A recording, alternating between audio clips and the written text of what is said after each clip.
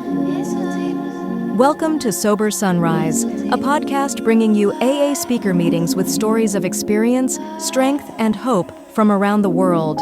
We bring you several new speakers weekly, so be sure to subscribe. We hope to always remain an ad-free podcast, so if you'd like to help us remain self-supporting, please visit our website at sober-sunrise.com. Whether you join us in the morning or at night, there's nothing better than a sober sunrise. We hope that you enjoy today's speaker. Hi everybody, I'm Pete. I'm a recovered alcoholic.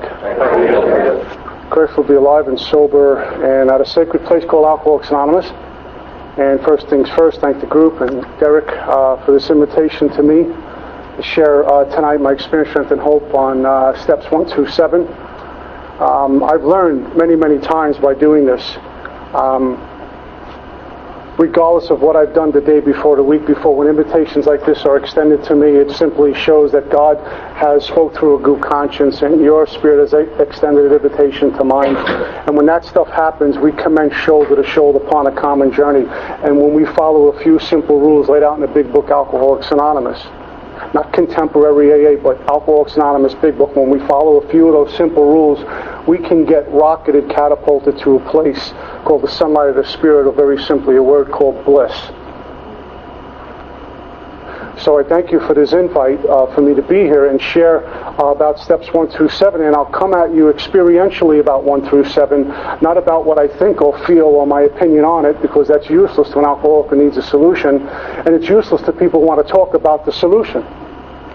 It's kind of like getting in the car and going to a meeting and talking about the 9th step, what you would do if I was in the 9th step. I don't want to know about that. I want to hear from someone who's done the 9th step, who can teach me how to do it, what their experience were like. We can be around here a while and acquire a lot of knowledge. If we work with this book with the sponsor, we'll acquire knowledge. I mean, how could you not? Sitting down doing assignments out of the big book. But I can't say this enough to encourage you to bypass the knowledge and just seek experience. The knowledge you'll acquire, but we need to be really careful, because the very things that take me to God can be the very things that block me from God. And it's called worshiping intellect, worshiping the knowledge, worshiping the methodology in the big book Alcoholics Anonymous. And it's a subtle shift that happens, and it boomerangs on us, because we go from having all this information and having a little bit of an experience to forget the experience, I feel good, and I know what I need to do. And we throw sound bites out in the back of the room and tell the newcomers, well, read page 24 or read page 44 or something like that, and we fall in love with our own intellect. But when we go home and hit the pillow, we wonder why we're really living on page 52 and not experiencing what the promises talk about in steps 10 and 11. Now, contemporary AA will tell you right up front, as long as you put the plug in a jug and don't drink and go to meetings, as long as you're sober, you're a winner. And I'll argue with that, I'll challenge that with any real alcoholic. Because putting the drink down is just the beginning of this. I mean, I put the drink down because I was locked up in jail a few times.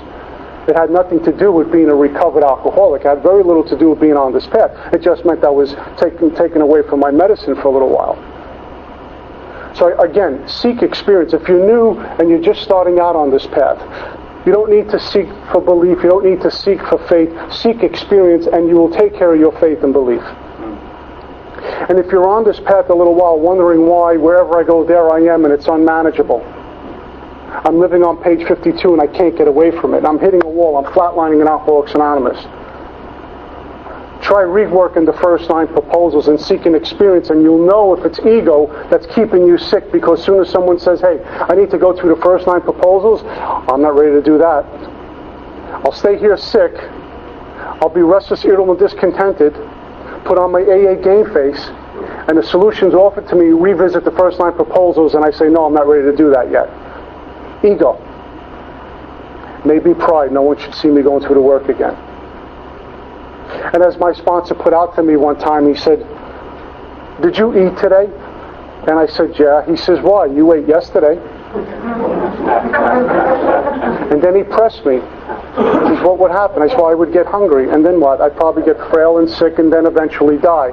He says, right, so you eat regularly. Well, what about nourishment for the soul? What about nurturing the spirit? What about growing in understanding and effectiveness? What about seeking this power? We forgot that.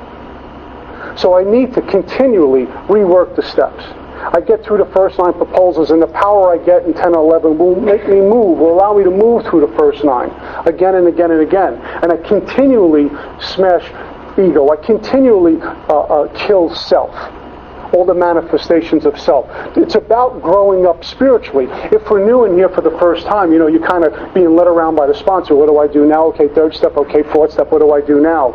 And then we have an experience. But that's not the beginning and end of it all. Because alcoholism is not done with me. And the sharper I get, the more awake I get in here, my illness gets just as sharp and looks for a crack in the armor. Well, we can't get him or her on booze, but we can work on the relationship angle. Where is he or she unmanageable? The financial angle, the sex, the food, whatever it may be. So I continually go through the steps. We ought to continually go through these steps and kill manifestations of self. Successful living, daily dying. And we have to have God's help. And our book is being really mild and really gentle when they say we have to have God's help. We need God, period. I turn to God no longer for help. Because for me, I have it, I just need a little push. But I must turn all things into the Father of life presides over us all. My book tells me that. God is everything or nothing. So I turn everything to God. Don't ask for His help. I beg Him to show me. And He always does. And it's on His calendar. God separated me from alcohol June 23rd, 1980. I'm a recovered alcoholic. And I don't say that to boast, because if I didn't say it, I'd be falsely humble. If I didn't say I was a recovered alcoholic, I'd also be lying to another alcoholic. And the power I've been able to access in Alcoholics Anonymous by going through this work, by living in all 3 sides of the triangle, it has brought me to a place of being a recovered alcoholic, which is the first promise on the title page of the big book, Alcoholics Anonymous. Now, I've had people walk out on me in AA meetings. They didn't like the idea that I brought a big book into an AA meeting. Which is like if you belong to a religious community and breathe, like I'm a Catholic, if I brought the Bible into church, the priest would say, what are you bringing that thing in here for? But it happens in meetings of Alcoholics Anonymous. If you take some experience that you want to share out of the big book or bring the book in there, 20 people walk out. And I've had people walk out on me in the middle of a talk when I said I'm recovered because what they heard was cured. And if I can't love them, I bless them because they don't know what they're talking about. They're just simply uninformed, and my job is to stand on the firing line and inform that I'm not cured, just recovered from a seemingly hopeless state of mind and body, which is a long way from where I left off in 1988 in the back of a hallway, June 23rd, where the obsession to drink alcohol was on me as long as I was awake. The phenomenon called craving was on me as long as I was drinking. And then it got to a place where I had to drink regardless of whether I wanted to or not, because I would become violently ill. And I don't give that lip service. I would get really ill if I didn't drink. Shaking was the easy part. The other stuff was worse. And so I make a sincere plea to this God, if you're out there. And I was one of those guys who bristled with antagonism when you talked about God. I wasn't too thrilled about hearing about this power called God, because I used my thinking mind to sum up what God should have done. And He didn't. So therefore God was cruel and evil. But then we get to a place of incomprehensible demoralization, and suddenly we turn to anything that would work. And I always have turned back to this power, even in here sober, when I was angry with Him, when I thought this power wasn't following the script that I wrote. When I was faced with unemployment and incredibly challenging financial times, divorce, losing a house, argue, bargain, get angry with God, try to make a deal with God. I'm not praying to you anymore. Then I turn back. Father, please show me what to do. But I'm a recovered alcoholic. And I'm very grateful for that. And if you knew me when I was drinking, you'd be grateful too. Trust me. My home group was a Vision for You group. We meet in Union, New Jersey, which with traffic is about 2 hours from here. MapQuest told me 26 minutes. So I'm going to call up the head MapQuest guy, then I'll have to write inventory tonight. We're in Union, New Jersey. We meet tonight at 7:30 to 8:45. And we're a group that talks about the solution, experientially, from the big book, Alcoholics Anonymous.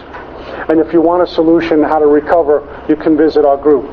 And somewhere within that hour, you'll have an awful lot of information on what to go home with, what to do in order to recover, who to look for, sponsorship. We have traditions meeting, a quarterly traditions meeting. And I will tell you, most people in Union, New Jersey don't like us. They hate us. They have names for us. That group, those people don't go there. Right. Then they hit a bottom, and they trickle into a Vision for You group, looking for a solution. And the members who are on this path do not say, I've never heard it, or nor have I ever seen it, say, those are the non-big book people, the heck with them. We stand at the door ready. So we can show them a path to get free. Bill said something like, AA will destroy itself from within, not from without. You know what's happening in a lot of AA? It's the big book dumpers against the non-big book people. Those people, it's us and them. And what's really sad is the people who are claiming this book with their lips who are doing it. See, if someone's never walked through the big book and never had an experience with the work and never experienced the sunlight of the Spirit, is not really free, but is in AA untreated. Well, what do I expect if they look at the steps and say, stay away from that? If they see someone with a big book and say, stay away from them? What would I expect? Someone who may be untreated. Let me be a teacher. But how sad is it when people who have this book and have had an experience and get back to worshiping intellect and their emotions and their thinking mind, stand at the door and say, those are the non-big book people, those are the don't drink, go to meetings people, stay away from them. Challenge that. Challenge what they do in those groups. Challenge what they're putting out there. Challenge 90 meetings in 90 days. Challenge put the plug in a jug. We ought to, because it's bad information. But let me never, ever character assassinate the person. And that's what happens. And we become just as dangerous with this book as the person who's saying to the real alcoholic, just put the plug in the jug. Because if God showed up, He wouldn't want any of that stuff. Those of us who had an experience, go stand at the door and wait for a new person. And that's what we try to do at a Vision for You group. So when they bottom out, they come looking for us, and when they're really even more desperate than that, some of them ask me to sponsor them. And then they find out what any lens looks like, and they're not so sure anymore. My first home group was a group called the Free Spirit Group over in Bensonhurst, Brooklyn. I was a member there for a good part of my sobriety, and we were up against it many times with this book and this information. A lot of contemporary don't drink, go to meetings in that area, and there was another group, they weren't too thrilled about hearing us coming in to give a talk, but I learned great lessons there, and I met great people, giants in Alcoholics Anonymous, great teachers, and one particular gentleman who walked me through this book. And then I found out a hard way, in a very challenging way, that if my teacher isn't growing in understanding and effectiveness, I can outgrow my teacher or my sponsor. And that was a tough one for me to come to terms with. Like, I felt disloyal, ungrateful to go out and seek a new teacher. But I was brought to a crossroads. And a new gentleman was put in my life. I prayed, Father, I need a new teacher. What do I do? And my current sponsor, Mark H., was put in my path, and that's the last 4 years about with this gentleman. And my life has been recreated many, many times for revisiting this work and incorporating a lot of other material along with, not instead of. I've been quick to see where religious people are at. I make use of what they offer. I've gotten into many, many inspirational books and sought experience with all of it. But not being attached to, although I was a few times, not being attached to the outcome or what I think the journey ought to look like. Because what we'll simply do then is just reinvent ourselves. We'll go right back to inquiring knowledge. Well, I think my spiritual experience should look this way. Or when I read some other inspirational books, I think I should be this way. Just be with it and let the work take you. Let God take you, rather than holding on to what I think the experience should look like. So before we get into this work, a couple of considerations that we have to take a look at. Is my recovery based in abstinence, or is my recovery based in spirit? See, if my recovery based in abstinence, then I can simply be one of those people, and this is fine if this works for you, if this gets you through tonight, that I could not drink, go to meetings, put the plug in a jug, may still have power, choice, and control, and none of the work, some of the many lengths that we have to go through, really applies. My recovery is based in abstinence. That's all I care about. It doesn't interest me to examine what type of person I be in all my affairs. I don't care about making amends. It's their fault. I just didn't pick up today, and that's all I care about. And we have that because you'll hear some members say, I'm not drinking, that's amends for everybody. That's enough amends. That's amends to everybody. I didn't pick up the drink today. Or is my recovery based in spirit, which this work is aimed at? This work is aimed at spirit, not the thinking mind where the main problem for me lies. It's aimed at spirit.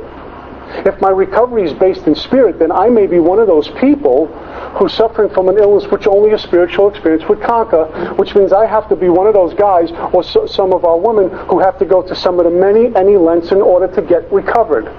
And some of the many lengths is the third step decision. Well, am I willing to live on terms other than my own? And then going through a fourth step inventory. A thorough fourth step inventory. Looking at me for the first time and not holding up a mirror to you anymore. And some of the considerations our book gives us. Is my recovery based in abstinence and spirit? Trust me, if it's based in abstinence, you can't wait till I am out of here.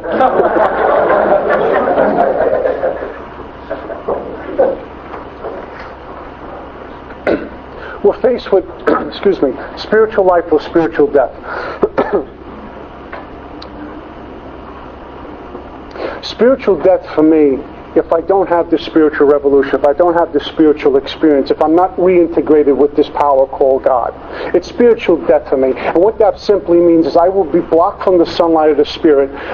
The old way of living, old way of thinking will be present again, and little by slowly I will find myself picking up a drink no matter how hard, no matter how much I try to think the drink through, because I have a mind that will take me back to that which is killing me, and it'll be booze. It'll show up in different sorts of sprees at first, but eventually it'll be booze. And for us to drink is to die. It isn't only spiritual death for me, it's spiritual death for many. It's spiritual death for the people that God had me lined up to work with. The people, the students that God had me to go teach will never get that. The family, our book talks about taking this into our homes, occupations, and affairs. Homes first. The homes, the family members who was supposed to bring, if you will, this new spirit, this awakened spirit into their life is no longer there, and they experience that also. And if you don't think that's true, take a look at family afterwards when it says, years of living with an alcoholic will make any wife or child neurotic. Neurotic, not erotic, neurotic. Make the whole family ill. The whole family is to some extent ill. So it's spiritual death for many. Spiritual life, when we're in the sunlight of the Spirit, means spiritual life for many. Not only for me because I get free of alcoholism and thinking about a drink is removed from the equation, but the people, the students that God has ready for me, I can teach. The places I'm supposed to go talk, I can go. Taking these principles into my home, occupation, and affairs, I can. And the people who show up unexpectedly for me, but God had them ready, the co-workers who need help, the friend of a friend of a friend who's suffering from alcoholism, and I'm recovered, and I can go offer. Spiritual life or spiritual death. The other consideration I got to work with, I had to sit with this and get it, is that there's certain things we need to do in order to recover. But am I looking at this stuff, the inventory, the prayer, the meditation, the visiting relatives, the going to a doctor, the sitting with a new prospect, am I looking at it like I have to do this, I got to do this, I need to do this, or do I work with, I get to do this, I get to get a sponsor, I get to do inventory, I get to visit my family, I get to take the kids to soccer, I get to. Because we know what the alternative is. Laying up in some detox on a good day. And for me, I was left in the back of a hallway, June 23rd, 1988, literally dying of untreated alcoholism. If I live to be 100, I'll never be as old as the day I walked into here in 1988. There were no more bargaining chips for me. And I didn't know I was going to wind up on this path. I just knew for the first time in my life that I didn't want to die. And that's the beginning of my spiritual experience. It came in the back of a seedy, dirty hallway on the Lower East Side of Manhattan. And I made a plea to God, take me from this, I don't want to die. It's the first time in my life, and I reflected on that in here. I don't want to die. And my Heavenly Father didn't have to show up in some decorative palace or some, high-end, classy AA meeting where people look good. He showed up in the back of some filthy hallway to get one of his children. And then I got put on this path. And I realized I didn't want to die, and I'll do anything not to, and then I find myself in here, get placed in Alcoholics Anonymous, and I sought this with the desperation of a drowning man. 18 years later, thank the good Lord, I still am, because I have revisited this work many times and do lots of work with 10 and 11 and work with lots of people and get lots and lots of phone calls and people I don't even sponsor, but I do my best to handle all those calls and work with those people because I know what it's like being on the other end when I call up. I'm currently working with a word called immediately in step 10. Immediately. Not hanging out with a resentment that I can't shake. Write the inventory, pray, and it's still there. Immediately discuss it with someone. And I call up, there's a few people I call up to read inventory, and they graciously listen and embrace what I got. So when the phone calls come in, I do my best to reciprocate that way, because that's how God would want it. The power comes to me and out, to me and out. When our book says we begin to sense the flow of His Spirit into us, well, what am I doing with that?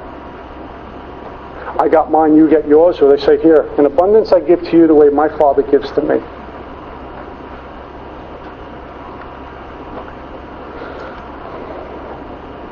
After I got out of my 5th treatment center, I had conceded to my innermost self, our book talks about this being the first step, conceded to my innermost self that I was an alcoholic. It didn't mean I was going to recover yet. But when I conceded, when we get to that place of submitting under pressure, where we know it's over, and we'll do anything to keep it stopped. That's a spiritual event when that happens. We have, most of us, this moment of clarity where it stops. The train stops. We get clear. I don't want this anymore. And there's no reservations, any kind, no lurking notion. We're really clear on, I'll do anything to stop this. And that's what happened to me. Doesn't mean we're going to get recovered because I had 2 more treatment centers left in me. But I had conceded. Gone into my 5th treatment center for 9 weeks and got drunk 2 days later. Hit my 6th treatment center out in a day and a half. 7th treatment center, thank the good Lord, something happened.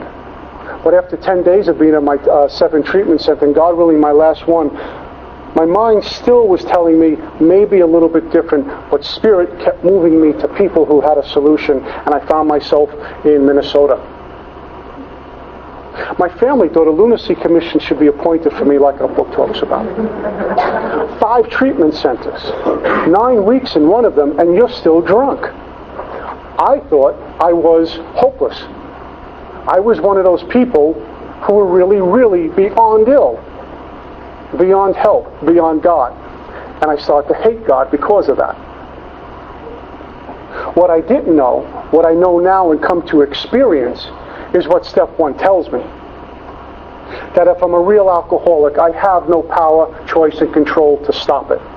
And getting angry with someone for relapsing, maybe I'm not a real alcoholic because I can't identify with that. You relapsed again? Yeah. They're probably the real alcoholic who needs a solution now, not in 90 days. Sit with them now. My sponsor sat with a guy. One more arrest, he was going to go away to jail for a very long time. Got out of jail. He was doing what they call that, probation, and he was looking to go drink again. And he showed up to my sponsor. My sponsor was in Staten Island at the time. He said, I'm in a lot of trouble. He says, I don't know what got me here, but here I am.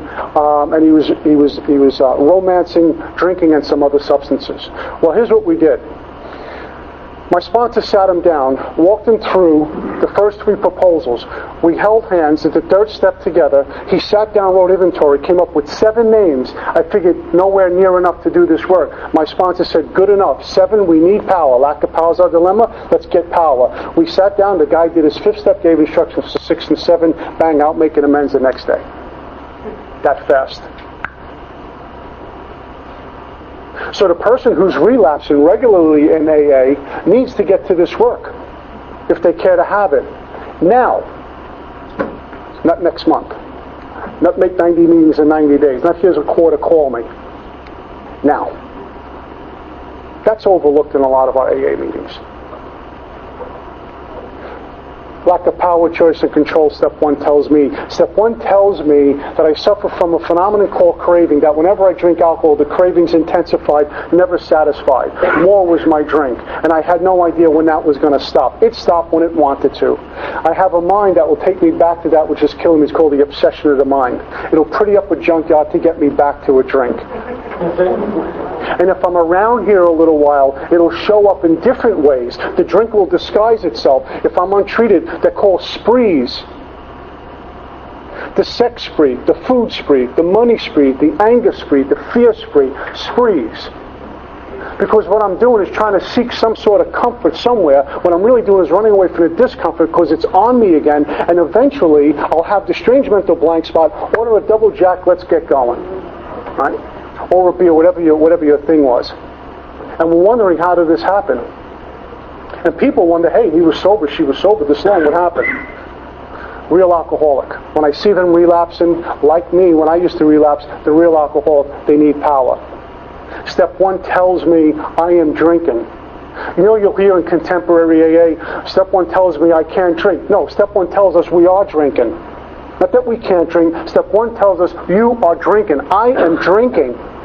That's the lack of power, choice, and control in the mind before I even pick up a drink. The unmanageability as a result of drinking, a blind man can see it. No rent is being paid. The kids aren't taken care of. The family is neglected. Our lifestyle starts to resemble the drunk. Whether it's an internal condition or an external condition or both, it starts to resemble a drunk.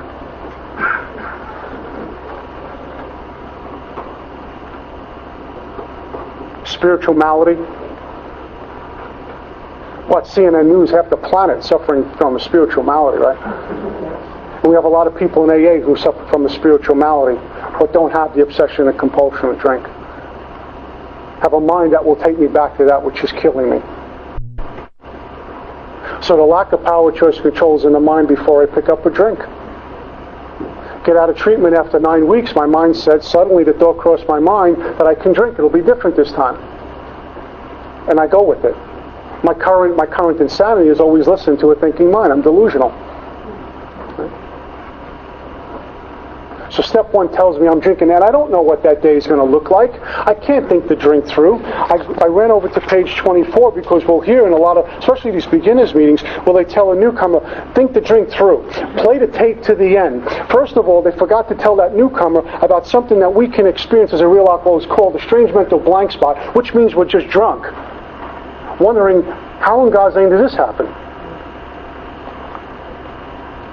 At a certain point in the drinking of every alcoholic, we pass into a state where the most powerful desire to stop drinking is of absolutely no avail. The fact is that most alcoholics, for reasons yet obscure, have lost the power of choice in drink. Our so-called willpower becomes practically non-existent. We are unable at certain times to bring into our consciousness with sufficient force the memory of the suffering and humiliation of even a week or a month ago. The almost certain consequences that follow taking even a glass of beer do not crowd into my mind to deter me. If these thoughts occur, they are hazy and readily supplanted. Think the drink through. Bring the body, the mind will follow. The last thing I wanted was my mind showing up anywhere. The main problem in alcohol centers in the mind, not the body. And we tell a newcomer, don't drink, go to meetings, bring the body, the mind will follow. We just gave him a death sentence. Unless we're informed and we've had an experience with this book, then we're not saying things like that. Then we're saying things, do you have a sponsor? Have you gone through the work? Where are you in inventory? Have you made a decision yet? Are you a real alcoholic? And we hopefully bait that drunk to get spiritual consent. Because I'm not one of these people. I wasn't brought up in saying, I'm your sponsor. Ask me. Give me spiritual consent. Then I can go at you. And you can't say, don't ask me those questions. Life or death. Spiritual life, spiritual death.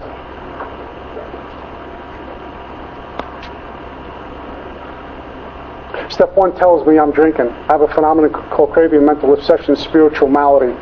If the problem is in the mind, where my book tells you, main problem for alcohol sin is in the mind, not the body, where's the solution? I raised my hand and said, well, if the problem's in the mind, that's where the solution must be.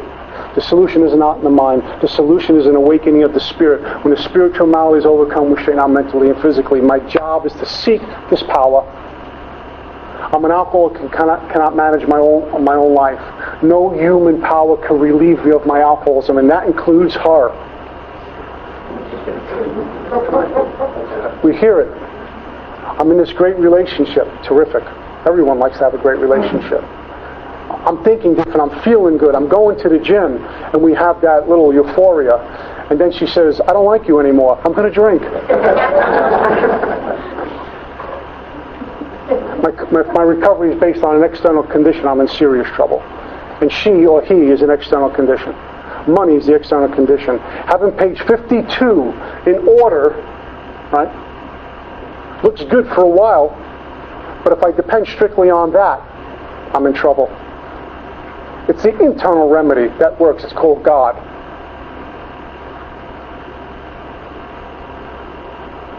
Step 1 paints me right into a corner.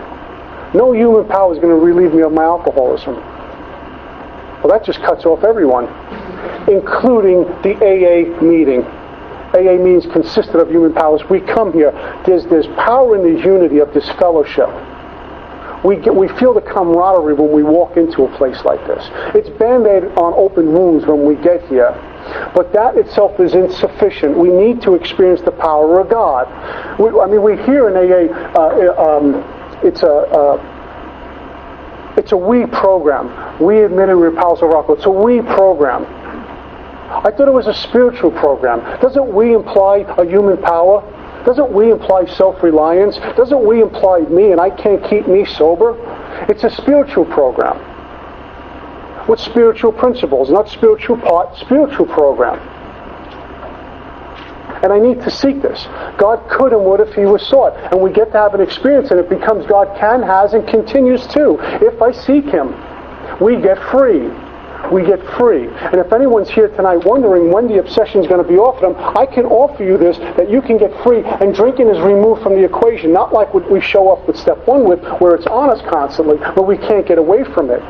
We're no longer in that place of I'm drinking no matter what, unless I seek God. I had made many attempts to stop drinking. I had many powerful desires to stop drinking. And still got drunk. And in the back of a hole in 1988, it was done. And there wasn't this much of a reservation. Nothing. Everything was removed from me. Which is what the work does, by the way. It's about removal. In order to get free, it's subtraction, not addition.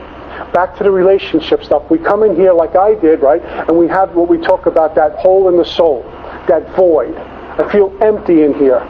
Really what's happening, we're just filled with contempt, prejudice, old belief systems, pomp, calamity. There's this wedge between us and God, if you can see it with the mind's eye, right? It's the only way I can describe it adequately. But we feel empty, and what we do, we start reaching out, get the car, get the money, get the job, get the relationship out there, external conditions, and it works for a little while, but we still feel empty and wondering why it's on us all the time. Then the car gets old, the relationship gets old, I bring my old behavior back into those affairs, and I'm wondering, how come I want to blow my brains out, and I'm in Alcoholics Anonymous? In order to fill that void that we feel, we have to literally remove everything that's in there. If we have an 8-ounce glass full of water and try to fill it up, what happens? It just pours over. There's too much. That filled glass is what makes us up, and it's full of things that are killing us. We simply have to empty it out and fill it up with the Spirit of God and awake. And that's what this work does. That's why a lot of people run when they hit step 4, because the rubber hits the road. It's one of the many lens, and we feel like we're dying when we go through this work. It's drastic and revolutionary proposals they're talking about. It's uncomfortable. A book in the 12 12 says, who cares to admit complete defeat? None of us. Who cares to look at manifestations of self, and I can't blame you anymore. It's necessary. It's vital. And I need to know God's showing me, God showing me, God showing me. You want get free? Here's what's in your way. I'll help you out of the way. I'll help you get out of the way. And we have 12 proposals to get completely free of alcoholism. So I'm painted into a corner in step 1, and step 2 offers me a solution. Came to believe that a power greater than myself will restore me to sanity, wholeness of mind. And in wholeness of mind, because of a spiritual experience, my thinking mind is no longer telling me about drinking. And if I'm waking up and I'm growing up spiritually, and I'm really working with 10 and 11, even the untreated behavior is dead. I am free. Oh, I'll have to write inventory from time to time, because parts of self may show up in the form of a resentment, or an expectation, or a fear, a little contempt once in a while.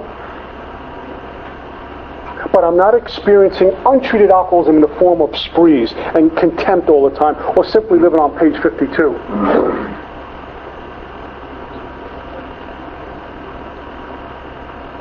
Came to believe that a power greater than myself could restore me to sanity.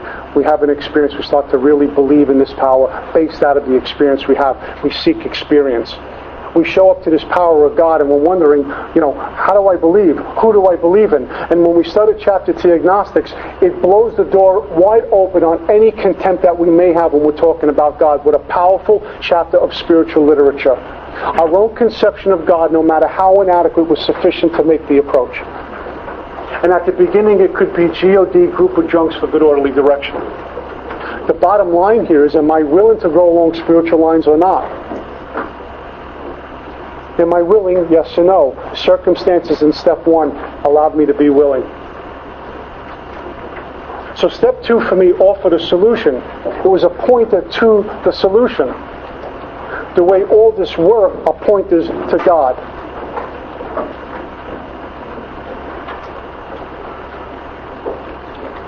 My thinking mind, main problem for me. My thinking mind.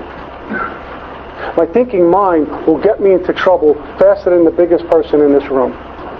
My thinking mind will do me in faster than the biggest, toughest guy in a bar. My thinking mind will destroy me. The only way I rely on my thinking mind is when it's completely clear of wrong motives and I'm walking on this path, and I still seek counsel. My thinking mind, I use it by making plans, like getting here tonight, making plans to get here, making arrangements to get here. I use it. My thinking mind is set aside, and my way of going through the day is relied upon God and inspiration, intuitiveness, seeking counsel. Clear of wrong motives, I can make a list, a to-do list for today. Need to do this, got to get to work, call the boss, call a client, take the kids to practice, cook dinner, our usual mundane tasks that we do sometimes. Plan it out and I go. I use my thinking mind. When it's using me, I'm driving here and I'm character assassinating the guy from last week who didn't talk about the big book. Right? I'm worried about next week. I'm worried about what happened a week ago. I'm in 10 years ago. I'm in 5 years from now. Only woulda, coulda, shoulda. And that guy at the meeting, and she better not start this. When I come home, dinner ain't ready. And it's just, none of it's good. Why am I driving to this meeting? Why did they ask me to speak? I got nothing to share. I should just go home. There's too much traffic. Thinking mind, thinking mind, thinking mind. That guy asked me to sponsor him. I can't stand him. Oh my God. Obsessive and compulsive thinking mind. And what the spiritual awakening allows me to do is recognize that and get free of that in here also. So step 2 was my solution, was appointed to the solution, and study chapter 2 agnostics. They beg us to lay aside prejudice, lay aside old ideas. One of the greatest prayers I've worked with is something called the lay aside prayer or set aside prayer. When I first heard that prayer, I thought I was telling God, what you gave me is not good, I want more. want something different. All we're simply doing is laying it aside. If I have a bookshelf full of books and I buy new ones, I take some down and put to the next level and put my new books up. I'm just laying aside to make room for new experience. Lay aside prayer. God, please let me lay aside everything I think I know about the big book, the 12 steps, AA, and you, God, for an open mind, new experience.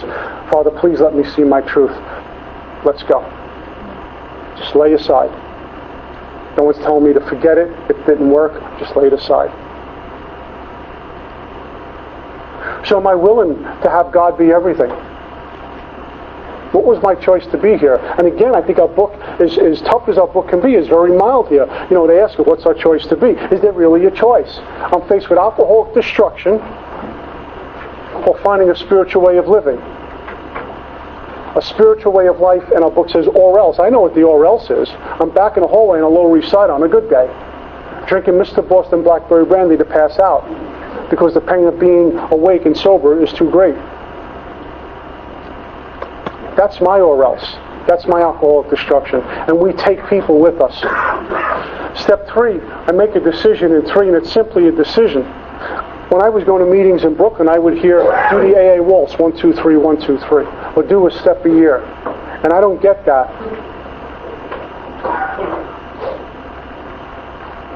But I do get this, that I had to be willing to live life on terms other than my own, God's terms. I live life on God's terms today, not life on life's terms. I fell miserably living life on life's terms. Chapter Agnostic says God's terms are easy, open, all-inclusive, never exclusive. When we're in the sunlight of the Spirit, it's just kind of like, with all the challenges, with all the things our families have to go through sometimes, there's something deep down in here that we move. No attachments. Some requirements in step 3. It talks about, am I convinced that my life run on self-will can hardly be a success? Something to sit with, because the first answer we'll always give to the sponsor is, oh, sure I am. Sit with that. Am I really convinced that my life and every area of my life can hardly be a success based on me running it? One of the assignments I got to do about the 3rd time through the work was go through every area of my life and sit with it. Did I think I was doing a good job or not? That I think I was capable of getting past any unmanageability that I was experiencing? Was I involved in any of this stuff? And I had to search diligently, because if there was a little tug on it, that means I was holding on to a little self-reliance here. And if I'm doing that, somewhere there's fear. And there's unmanageability. And here comes page 52. And if I don't do anything about that, here comes a suddenly. Suddenly, the thought crossed my mind. A drink would be nice.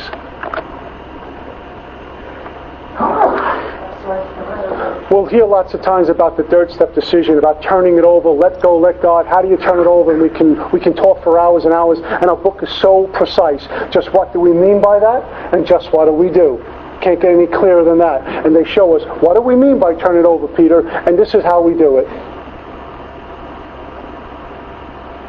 There's some neat stuff on page 62 and 63, if I can find it. Great promises, 3rd step promises. It says, this is the how and why of it. First, I had to quit playing God. Why? It didn't work, right? Next, which means now, I decided hereafter in my drama of life, God was going to be my director. The director tells the actors what to do, right? The director on the set is the boss. Tells the actors what to do. God is the director. He is the principal, we are his agents. I didn't know what that meant. And then I sat with my sponsor. Very simply, Michael Jordan. We all heard of Michael Jordan, right? He's the principal. He hires an agent. He gives the agent power to go out and represent him. He goes back to to Michael Jordan and says, this is what I have. And Michael says yes to this and no to that. We represent God. We are given great power in Alcoholics Anonymous. Page 68 says that God will demonstrate through us what He can do. That's great power. Work with another drunk is great power. We go out and represent God. We're His agents. He's the boss. He's the father. We're the children. Unconditional love. Teach us and guide us. Provide us what we need all the time. I sat with that and worked with those promises. for 6 months. Sat with it in meditation. Read the words and sat with it. Because what it tells me on page 63, it says, when we sincerely took this position, all sorts of remarkable things followed. I had a new employer. Being all-powerful, he provided what I needed if I kept close and performed his work well. It tells me, established on such a footing, I became less and less interested in me and more about what I can contribute to life. Less and less about me, more and more about you. And if you shoot over to page 62, I'm consumed with me. Selfishness and self-centeredness are the root of my troubles. It's all about me. One page over, I'm out of the way. What can I contribute to you? What can I give back to this life? Great promise. And the third step prayer is the affirmation of this decision in 3. Where we simply sit with someone. Whether you hold hands or get on your knees, however you do it, the intent is what counts in the third step prayer. Even the wording could be different. If I never heard his third step prayer and I'm sincerely looking to turn my will and life over to God, you think he's going to sit back and say, you missed the word, so do it again. Right? The intent is what's pure, is what counts. My intent pure. But we have a beautiful prayer, and we get to look at it, memorize it. We sit and we say our third step prayer. And then we don't hang around. Let me get my life together. I'm working my third step. How do you, without doing step 4? Because it says next we launched out in the course of vigorous action. Right? Step 4, personal house cleaning. And we go through people, institutions, principles, fear, sex. The principles for me became more and more current belief systems as I did this work, even belief systems I acquired in Alcoholics Anonymous. So we have this 4-column inventory, resentments of all the people. And I had to pray before I wrote, because whenever I didn't pray, I didn't write, or I would justify. I would conveniently forget. The sponsor doesn't need to know about that. And I started to get sick. I could feel the thing in here, this unmanageability. And I sat with my sponsor, and I'll clean up the language, but he says that you made a third step decision to turn your will and life over to the care of God, and he's going to show you what to write. The pen is simply a spiritual translator. God is giving us the information. I need to ask him to be searching, fearless, and moral. Why? To stay away from a drink and be of service to you, and if I go help drunks, great. Primary purpose. And so I began to pray before I write and give thanks when I was done. So I don't walk around with some of the sordid spots I'm going to be visiting in step 4 around in the rest of my day. And I wrote down all the people, went back through my life. I didn't care if there was a resentment at the first inventory, connect with them. I just put people down. That evolved over time. And then I did my second column, why I was angry with the person. Column 1, I didn't write a life story. I don't like Joe. He's a really good guy when I first met him, but lately he's been really kind of funny. And I always say hello to him, and we go on, this thing. And suddenly, I'm really right, and Joe's really wrong. Anger will insist. Anger will insist that I be right. It'll insist that I be right. And when we're in a resentment, when we have that retaliation going on in the mind, if you're like me, we're beautiful. We're like Clint Eastwood and Dirty Harry. We come back with the right, comebacks. We know how to maneuver. If you want to be tough, we lay the guy out on the floor, one punch. We're just great, right? On the inside. On the outside, we say, sure, anything you want. We walk away. When we get home, I look at third column, right? Pride, personal relationships, self-esteem, security, pocket ambition, sex relations. Parts of these areas of my life that are being affected. And our book says we considered it carefully. Why? Because we get to see fear a lot in the third column. Pride. No one should see me this way. No one should know this about me. Why? Because they may not like me. What does that mean? They may stay away from me. What does that mean? I may be abandoned, feel abandonment, which means I'll be alone. I'm going to die. Security, what I need to be okay. They're not giving me what I need, which means they don't respect me, which means they don't care for me, which means they're totally discounting me, which means I'm going to be alone, which means I'm going to be abandoned, which means I'm going to die. Fear in the third column. We'll get to see it. It's a precursor, sets us up for fear inventory in some cases. And I get to write the fourth column. Rubber hits the road. It's all about me here, all the manifestations of self. And then I go sit with someone in 5, and I need to speed this up because we close. And 1 hour and then open it up. Okay, so we're almost on the hour, that's why. Okay. Right through 7. Much time is we have 2 hours. Be here till next week, don't worry. It'll be good. Thank you. Fourth column talks about my part, where I was at fault. And it's the first time for me that I could not blame you, even though you may have done some unkind things to me. Even though you have gone out of your way to hurt me. And for some of us, like me, maybe when we were little children, we were bothered by adults in a way that was completely inappropriate. With me? Okay. How do I write down a fourth column? You ripped me off. You robbed money from me. An adult who did something that was improper with me. Right? You went out of your way to harm me in another way. How am I at fault in the fourth column? I have to disregard what you did, regardless of what it is, entirely. It's one of the many lengths our book talks about. And rubber certainly hits the road. And I've experienced all of those sort of resentments. And every one of those areas showed up in my fourth column. And I remember calling my sponsor saying, hey, I was 8 years old, 9 years old, and 10 years old. I was a little guy. And I was scared to death. And it made me feel dirty for the rest of my life on the inside. I felt less than a man. I felt inadequate because of what they did with me. And my book is telling me to put down where I'm at fault. And my sponsor, bless him, he said, Peter, how long have you been hating this man? And I'll call my old sponsor, I'll call him Bill. I said, Bill, my whole life. In fact, and I kind of got a little animated. I says, I'm strong enough now and big enough now that if I had him in a corner, I'd look to do some damage. That, he said, has to go. The hate in your heart has to go. Don't need to love this man. Certainly don't need to have a relationship with him. Just stop the hate. It's what's blocking you from getting to the next place. Now, rubber hit the road, and there was a lot of work behind that. A lot of prayer. And a lot of seeking some outside help. I got so free of that, I've been in that guy's company a couple of times. And I didn't pick up a chair and break it over his back. Like my Clint Eastwood thing had going on. Little John Wayneism going on. Get in there. None of it. I got free of that to talk about it to you, and I pray I'm not being distasteful in sharing that with you. Okay.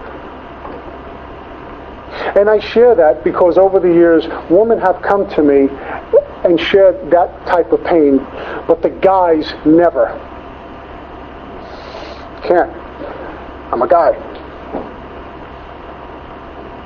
And I ante that up, and little by slowly over the years, men have come to me and says, I never even told my sponsor that. Can I talk to you about that? We need to talk about that. Or the people who physically hurt me for no reason. I'm at fault where? Hating them, vengeful, spiteful, character assassinating. I had to get past that stuff. It was one of my many lengths, and trust me, it was one of my many lengths. But little by slowly, I start to get free of that because we're talking about God taking one of His children from point A to point B. What I have to remember here, what I ask you to consider when you're writing inventory is no matter what goes on paper, no matter what sort of spot we get to visit or what shows up, right? What sort of resentment, whatever it may be, it's coming from a loving God. The work we get to put on step 4 is coming from God. God is saying, here, this is what's in your way of getting free. I'm not doing this on my own. The Spirit's moving me. The pen is the translator, and it comes out. And if you've done inventory, you know when you're writing, all of a sudden things start showing up that you just, where's this coming from? Right?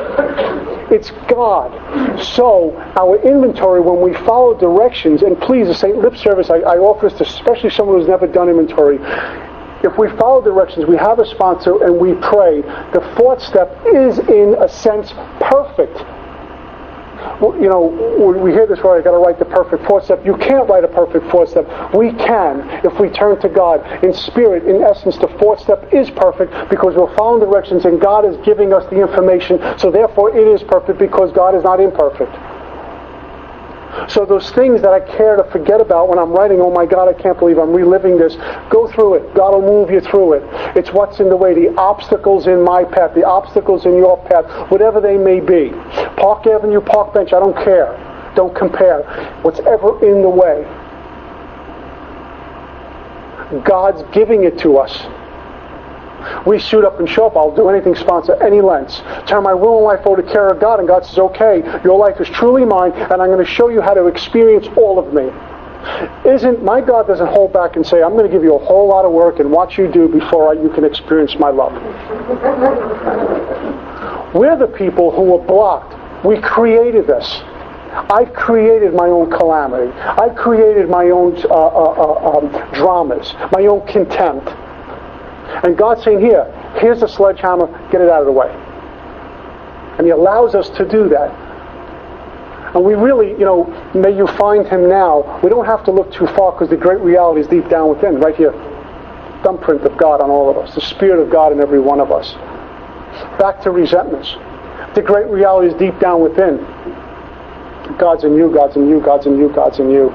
I'm angry with you, I'm blocked. I'm angry with you, I'm blocked. I'm angry with you, I'm blocked. I'm angry with you, I'm blocked. Times that by 200 or 300 people. So my first inventory looked like.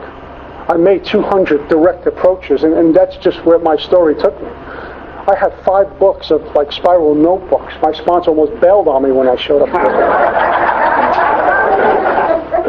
Resentment after resentment after resentment in fears. Fears. Unbelievable fears. And God says we can get free. And then it tells me in step 4 that we're prepared to look at it from an entirely different angle. And it holds the key to my future. Prepare to look at it, my life, this work from an entirely different angle for the first time ever. There's a shift in consciousness. Because they have some thoughts that promises. There's a shift that happens within while we're doing the writing. And some of us are not even aware of it, but it starts to happen. When we get to see ourselves on paper. Excuse me.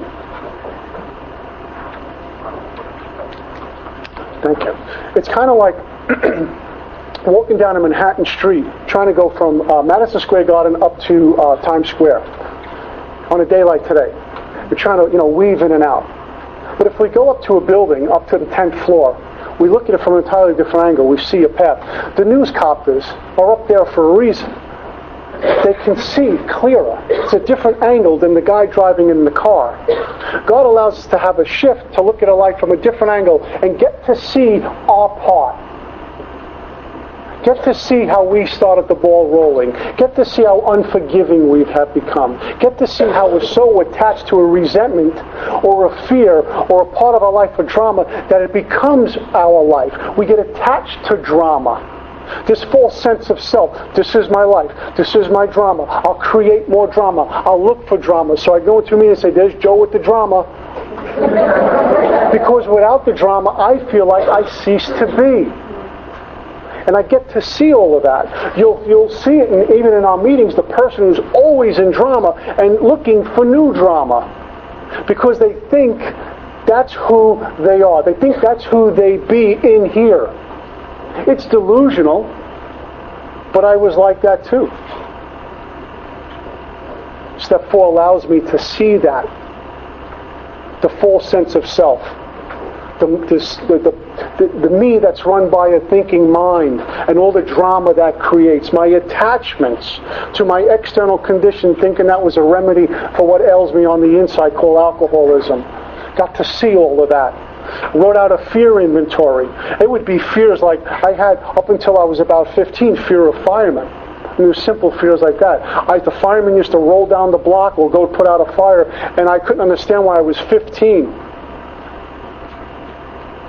Maybe even 16, and had this this feeling in me that was like I was scared. Couldn't identify it. What was going on with that? Wrote out some inventory. When I was a little boy, I remember living in Red Hook, Brooklyn. I remember my mom would give me the little bottle, and I'd lay in bed, and the fire trucks would roll down Van Brunt Street, Red Hook, Brooklyn, almost every night. And there was a famous post that I was out of this fireman, this rough-looking fireman, having this little baby. He was taking him out of a burning building down a ladder. My head told me the firemen are going to take me away from mom and dad.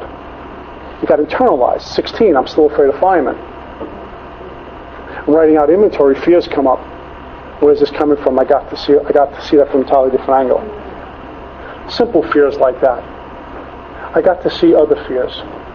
I got to see how much my fear was attached to because I was in self-reliance. I got to see fears of dying, fears of no money, fear of poor health, fear of money, fear of good health, fear of never dying. My sponsor had me do the opposite. Great assignment. Fear of being old and poor. Okay. Most of us would raise our hand. Okay, write this inventory. Fear of being rich and growing very old. Fear of being rich and never dying. Let's play that. Let's play with that. What's that look like? Why would there be fear? This fear, because self is in the way. Who wants my money? How do I protect my money? I'll be around forever. What does that mean? All the people I know are going to be passed on. I'll be alone, abandoned. I'm going to die anyway. Got to do the opposites with fear. We got to institutions. The first time I went through the work, the medical community and the religious community were on top of the list because both didn't save my mom who died from this. My resentment inventory, by the way, had I was told to write down me and God. I found a whole lot of things to be angry with me about, but I didn't think I could really be angry with God or tell anyone about it, but I put down God because He didn't save Mom either. And I blame God for everything. And as one of my teachers says, I've been going through life treating God like a person and people like God. Had it backwards. You know what I mean by that? I go to Joe and say, Joe, I need this done, okay? And I expect Joe to follow through and dot every I and cross every T and do it perfect. He's human. He makes a mistake, and I'm writing pages of inventory on him.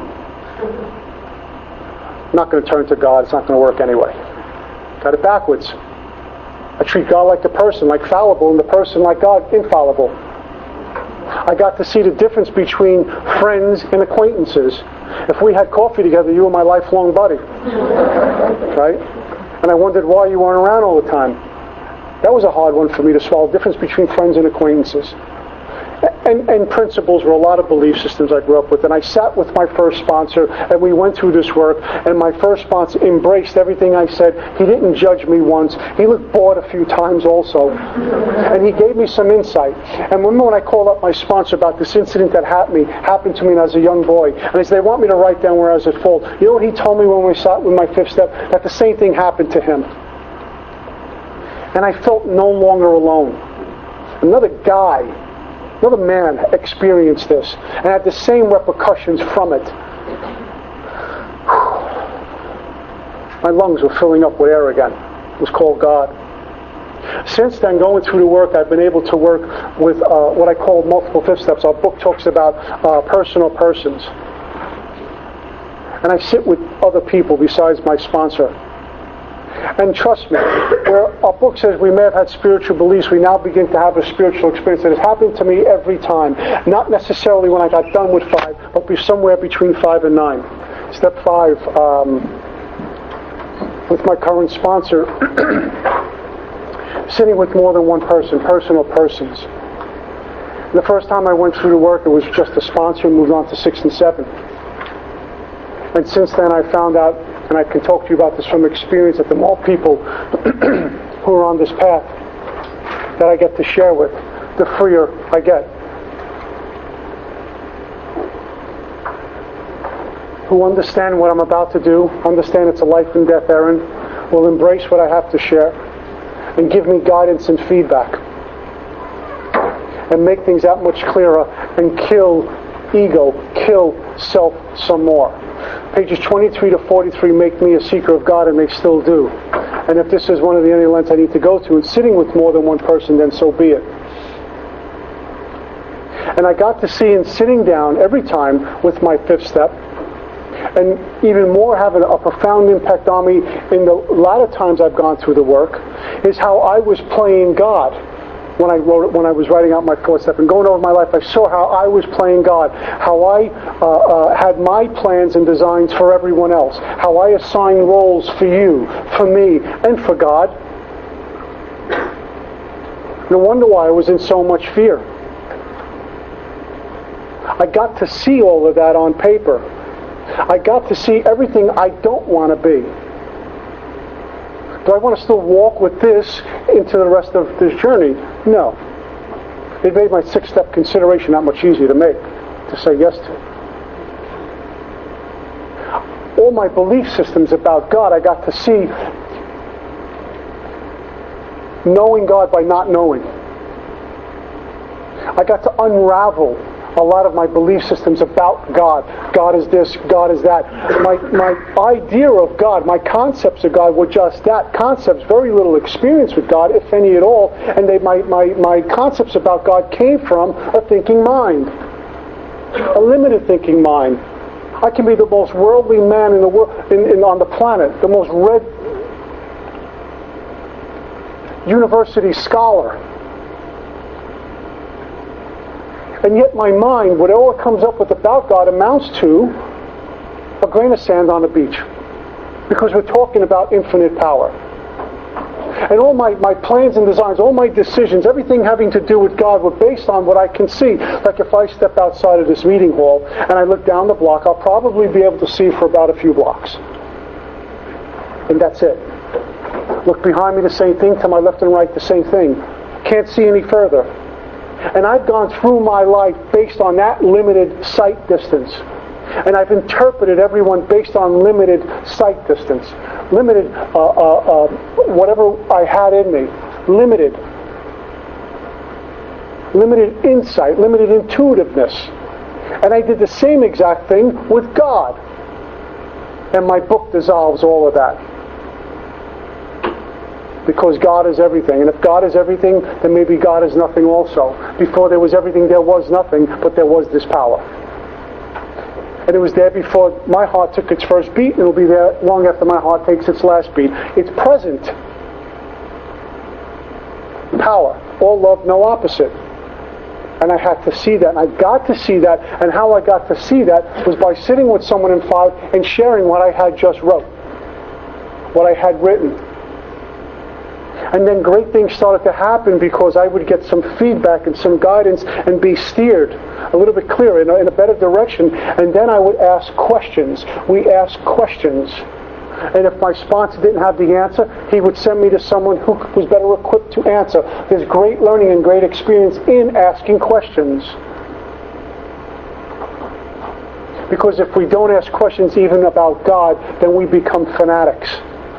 And we see what's happening on the planet because of things like that, right? We ask questions. Ask questions. Sit with the sponsor. What does this mean? Great students ask questions. Great teachers are students also and seek counsel. How neat would it be if you could imagine this about asking questions? If whatever your God looked like, if there is a look, whatever your power is that you pray to, showed up and sat down next to you, would you hesitate to ask it, her, him questions? You may confess how much you love them, how grateful you are. And then you would be a student and say, what does this mean? How come this? We would ask, it would just come out of us, the questions we would have to ask. Here we are. The greatest spiritual teachers I've found in my life have been members of Alcoholics Anonymous, recovered members. Why do I hesitate to ask questions? Ask questions. We have some fifth step promises our book talks about. And I didn't experience those fifth step promises the first time. Right after I got done with the fifth step, I was more relieved that it was done. I did feel something that another person knew all about me. And there was the mind had some disturbance, but here it felt very light. very open, very, very roomy, very free. I didn't have to worry about what if they find out. How much I'm angry with that, or fearful about that, or something I did. Read sex inventory to another guy. About those things that we rather just not let anyone know about. Certain behaviors, right? Someone knew me. And those fifth step promises, I remember starting to experience something. I didn't wake up until I was in 6, 7, 8, 9. And I remember being at a meeting in Brooklyn, and I was got my instructions 6 and 7. I was creating this list for 8, and something was going on that I could not describe. And when I can't describe something that feels so blissful and so joyful, it's God. I remember sitting with another member that my sponsor sponsored also at the time, and I'm sharing with this person what's going on with me. And they were just delighted for me because they knew what was going on.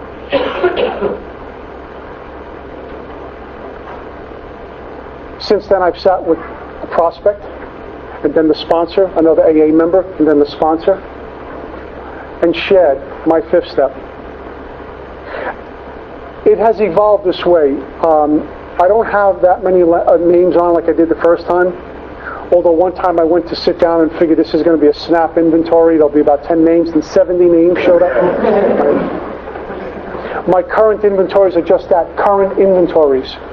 When I revisit the work.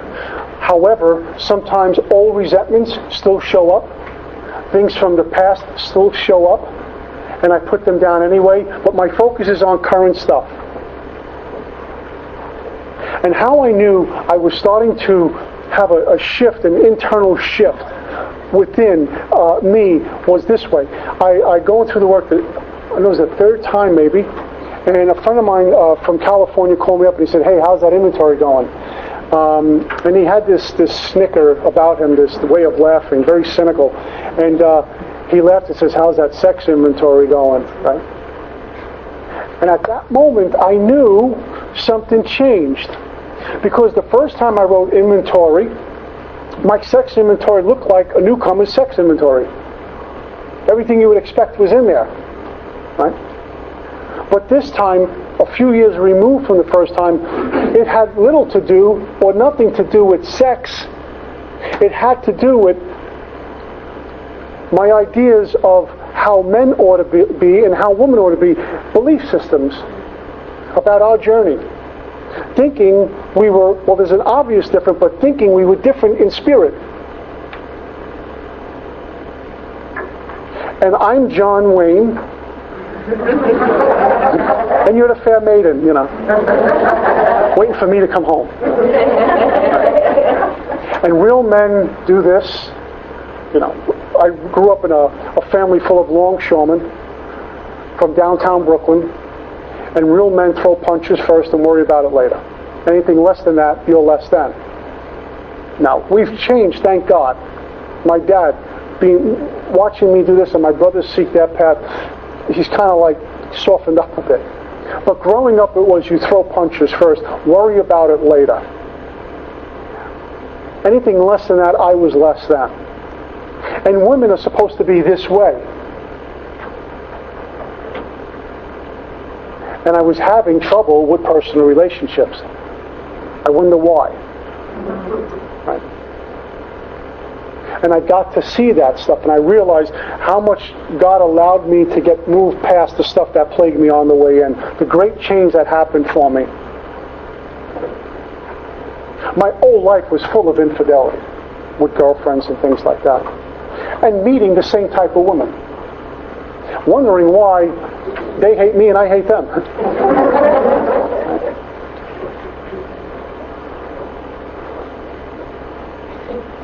But then something happened where I'd been in a very long-term relationship when I was married. And even after that dissolved and I'm in a new relationship where I'm honest. Which is very unlike how I used to be. And I'm just so grateful for that. Because what I found out also by going through this work is my harsh treatment towards women. And God has allowed me to treat women like children of God, not like as women, and I'm the man. to seek counsel with women. And I have to get a woman's perspective to see how they approach this. There's a few women in Jersey who are just great teachers to me. And I woke up to that because I had to share something in my first fifth step, and I really dislike men who do this. But there was an incident. I came out of a blackout in downtown Brooklyn on the F train, Smith and 9th Street. If any of you guys know that, it's a big train station. Beating up a girlfriend, ripping her purse out of her and hitting her because I wanted money that she had and wouldn't give to me. Came out of a blackout in that condition.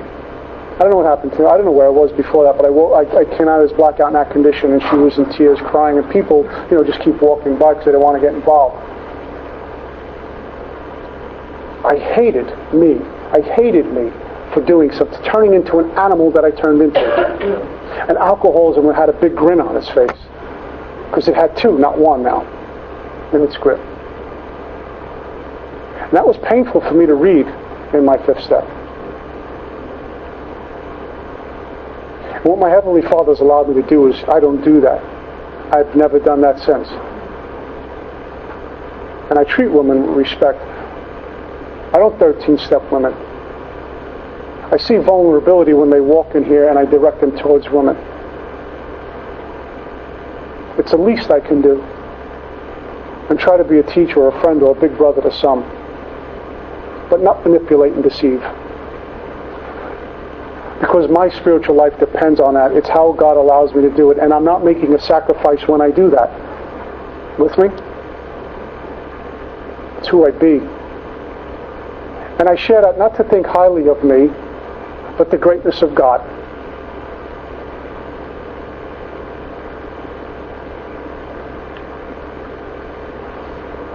Step 6, after finishing step 5, it says, if we can answer to our own satisfaction, looking at the stones properly in place, they ask us some questions on the bottom of page, I think it's 75. Have we tried to really sneak something through the archway? Have we tried to get something past God that we think He's not going to find out?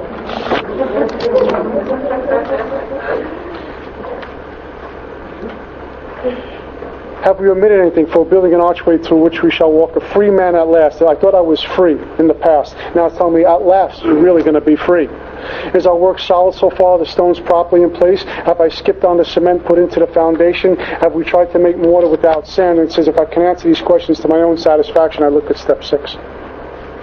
We're building this archway. I was a longshoreman, a union guy for 23 years. And I know how union guys perform. Shortcut, let's get out of here. Coffee break. That's a generalization, not all union guys. I did. Right? I'm not getting paid, the hell with the archway. Right? I don't want that archway. So God's showing me what to do, and really God is the one who's building it. Using me, building it. Using a sponsor, building it. God's doing it. It'll stand forever. I'm going to pass through this archway free. I look at these questions, and if you break it down, they're asking, have we tried to sneak something by? Have we kept something that no one's going to find out about? That sex inventory, that fear inventory, that thing that I thought was insignificant. I feel like an idiot for sharing this. Have we emptied up? And if we have, then there's a shift that is great promise. Book says, doesn't to your sponsor's satisfaction, not to the group satisfaction. If we can answer to our own satisfaction, we've had a shift go on here. Power, the lack of power we had, now we're getting some power, and we're using that power. Okay, can I answer these questions to my own satisfaction? Truthfully, yes. Look at step 6. Am I ready to have God take every one of these things? And I consider, am I ready to have God take them all? He better. Because if I don't turn to God and have Him work in those defects and deal with them, they will deal with me. And very often what happens is what gets in the way is the way. This work, we look at it like, what an order, I can't go through with it. The same thing with God. How do I get to God? Oh my God, that's too much for me. What gets in the way is the way. But when we start to unlearn we get free. When we start to subtract and reduce things, take things away, we start to get free. And we get to see that we are beyond form, beyond name. That we're really, truly, and this has been a new thing for me. I've heard a million times, but a new meaning for me, new depth, that we're truly spiritual beings having this human experience. Beyond name, beyond form, beyond content. Same thing with God. Just is. Spiritual being moving from moment to moment to moment to moment. Free or in the grip of alcoholism. We look at step 7. The prayer has very little to do with me. The prayer has a whole lot about me being of service to God and others. And I ask God for strength to go out from here, right here, to do His bidding. Steps 8 and 9, into the world of the Spirit. Go work with others.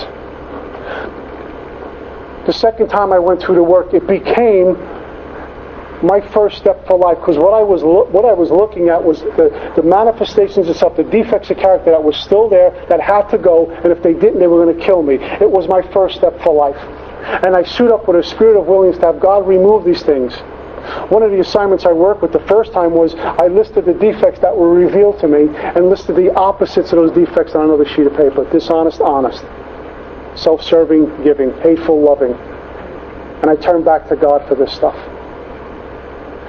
I go through the work the second time with the 7th step, and I do the 7th-step prayer, and I remember feeling completely empty on the inside, like I'd never been to an AA meeting in my life. Like I never opened up the big book. I was vibrating on the inside. I was scared to death. There was no thinking about a drink, which is key to this experience, because I found out later on it was truly a God experience. And I was feeling so shaky, like I was dying. I prayed again and went to a meditation after the 7th-step prayer.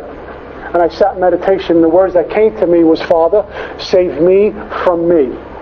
Which is what I talked about a little bit earlier. Father, save me from me, because I will do me in faster than anyone. And then I called up my sponsor. He says, Mark, here's what's going on. And he says, sounds like you're having an experience to me. Thanks a lot.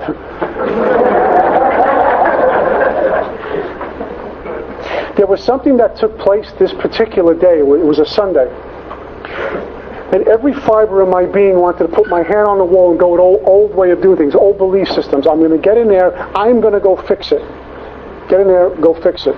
Got to get in there, go fix it, because it's going to turn out this way. And I couldn't.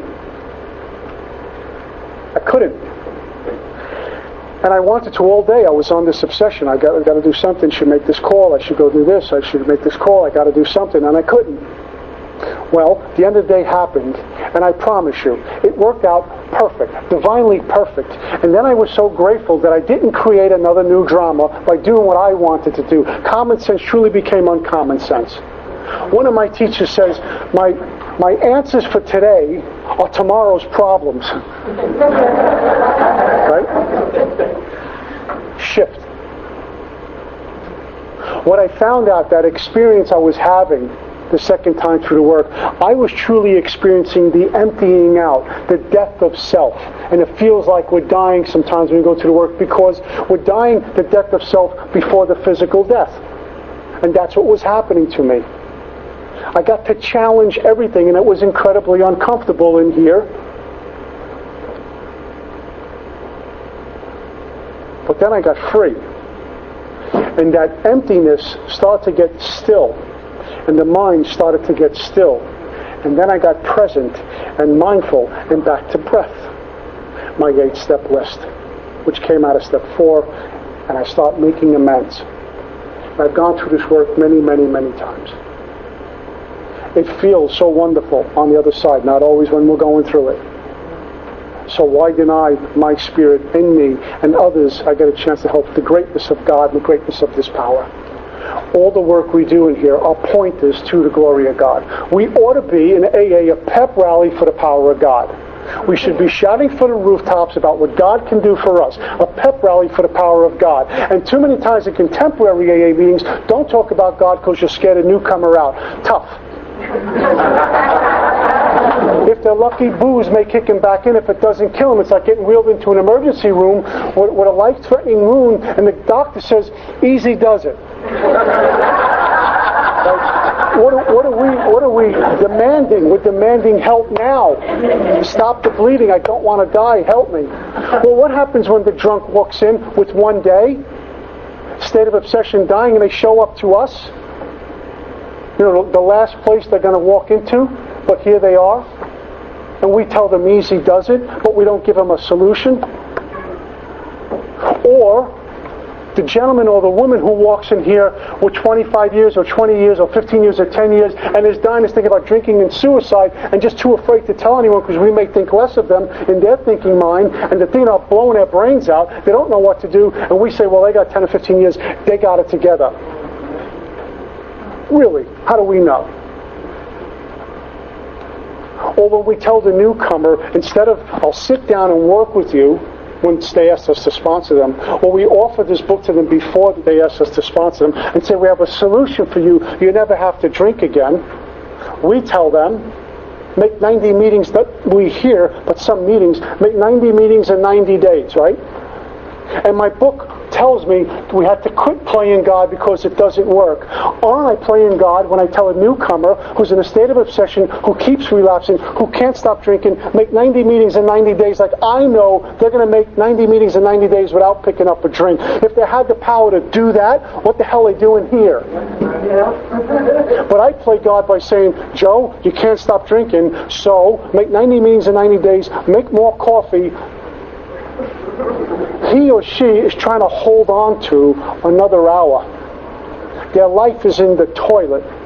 They're dying. Maybe they just got out of another treatment center, and we tell them, just put the plug in the jug. That may work for some. And if it works for you and you're here tonight, bless you. I'm not trying to tell you you're wrong. What I am going to do is challenge you for a real alcoholic.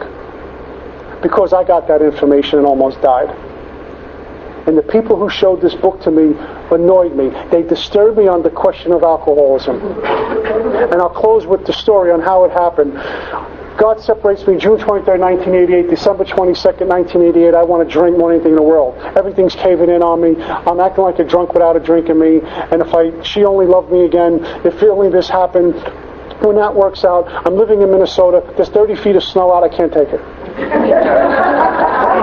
I'm driving down, I don't know, wherever it was, somewhere in Minneapolis or Bloomington, and I said to myself, the first bar I go to, or the first crew on the corner who's dealing something, I'm getting fired up because this is awful. And then something came over me in here. I says, God, I'm in trouble. Just help me. I don't know what to do here. I thought of this gentleman in Minnesota. Called him up. He was my first sponsor. Kind of like a first sponsor. Went to his house. I shared my dramas of life with him. He says, Peter, where are you with God in the 12 steps? And I said, Joe, when do you start the steps? And he says, when you stop throwing up, you're late. He disturbed me on a question of alcoholism. But he offered me truth. So I won't lie to a drunk, and I hope you don't lie to me. And I'm very grateful to give this message away with the same love and gratitude that it's given to me each and every day, for fun and for free. That's all I got. Thanks.